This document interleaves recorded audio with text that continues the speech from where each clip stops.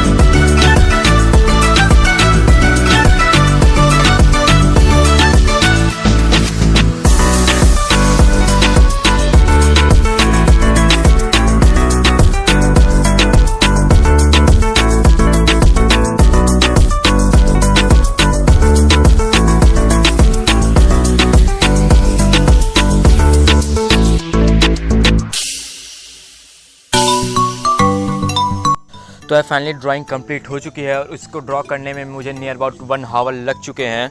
तो यार बस वीडियो पसंद आए तो वीडियो पे लाइक मारो और चैनल पर नया तो सब्सक्राइब करो। उस लाल वाले सब्सक्राइब बटन के साथ तुम बंसी बजाओ या रासलीला करो, मुझे नहीं पता है, बस क्लिक हो जाना चाहिए। अब मैं भी जा रहा हूँ, बाय। और हाँ रुको, होली के लिए ड्राइंग सजेस्ट कर देना मुझे कमेंट बॉक्स में।